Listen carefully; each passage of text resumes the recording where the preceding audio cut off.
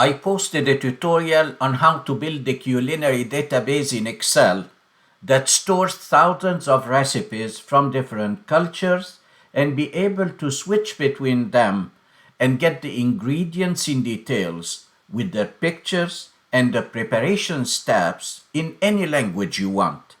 I encourage you to watch this tutorial. The link is in the description below this video. I am Nabil Murad. After publishing the tutorial, I received the same question from many friends. How do you get thousands of recipes to feed your project? In this tutorial, I show you how I used ChatGPT to create a Python code for this purpose without any knowledge of Python, and how I ran the code without having Python on my PC, just by using natural language. This concept can be used for any type or size of data you need to get for your projects. Along the way, I explain what is an API key that we need to run the Python code and how I got it for free. Let's get started. Before stepping into Excel to create my cookbook, I need to bring hundreds of recipes, if not thousands of recipes from different cultures. I cannot search the web for a single recipe at a time. To do that, I need a Python code that scraps the internet for any number of recipes and any culture I specify. But I just have basic knowledge of Python, and I do not even have Python installed on my PC. So I started by asking ChatGPT, and here is the prompt I wrote to ChatGPT. Is it possible to create an agent that scraps the internet for recipes, either by culture or by country, and the agent starts by asking two questions: from which culture or country, and how many recipes I want. Once this information is provided, the corresponding recipes are returned. And for each recipe, I need the name, the country of origin, the number of servings, the calories per serving, the description, the ingredients, the quantity, the measurement, and any extra details along with the preparation steps. Once this information is extracted, I want it structured in an Excel spreadsheet in a very specific manner. I sent this prompt to ChatGPT, and ChatGPT created a plan for me. And this plan consisted of few steps. It required me to get a free API key from a website storing millions of recipes. This website is called Spoonacular, and then it will create the Python code which will ask for the API key that I got from the Spoonacular website, the number of recipes, and the culture for these recipes. To run this Python code, because I don't have Python on my PC, I use Google Colab. And then finally, after running this code and after providing the information, the API, the culture, and the number of recipes required, the output will be an Excel file with recipes structured as needed. Let's understand this plan graphically. I start in the upper left corner by sending a prompt to ChatGPT. And ChatGPT will be doing two things. A, it will require me to get a free API key. API stands for Application Programming Interface. Spoonacular is a giant recipe library storing millions of recipes. And the Python code is like a friend who wants to enter a library.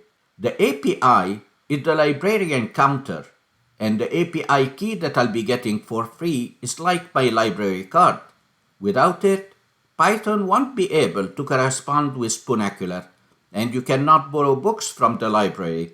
And with a free card, you can only borrow a limited number of books per day, which represents the number of recipes I'll be getting.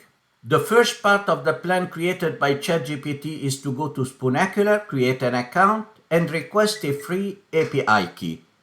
I then go back to ChatGPT to look at the code, the Python code that was created by ChatGPT in response to my prompt. Let's have a look at this code. And here is the Python code that was created by ChatGPT. I simply copy the code by clicking on copy, and then I have to paste it in Google Colab. What is Google Colab? This allows me to run the Python code without ever having Python on my computer. But this Python code, when it runs, it will ask me for three things. It will ask me for the API key, and this is what I got from the Spoonacular website. I'm on spoonacular.com. I created a free account. This is my dashboard. I click on Profile and API key, and here is the API key I got. I'm going to copy it. Control C. I go back to Google Colab where I pasted my Python code. To access Google Colab, you go to the website colab.research.google.com. You just paste the code and then you run it. I'm going to click on the run. And look at this. It says enter your Spoonacular API key. I'm going to paste what I created.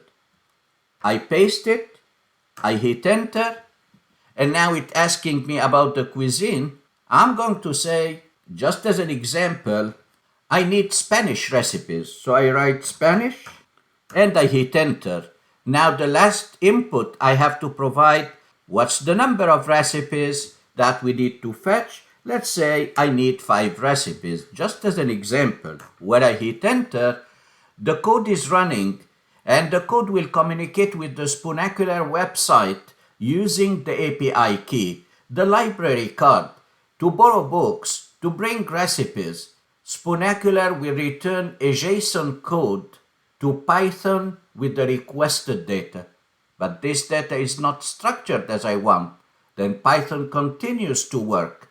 And I'm running Python in Google Colab. And it will structure the data returned from Spoonacular based upon the input values I provided. And the output will be an Excel workbook. Let me show you a sample of an Excel workbook with some Brazilian recipes I requested using this technique. This is the workbook. When I ran the code and I requested like 5 Brazilian recipes, now you can see that I'm getting the recipes structured exactly as I want. The name of the recipe in cell A1, the country in cell C1, the number of servings in cell D1, and then I have a description in A2. In column A, starting from A4, I have the ingredients, the amount starting from cell B4. In column C, I have the units. In column D, I have the details. And in cell G4, I have the preparation steps. This will be repeated for any number of recipes I want. And once I'm done, I have all the data. I copy all these worksheets into my Excel cookbook in preparation for creating my final recipe database. Now let's switch to the start file where we have each recipe in a separate worksheet.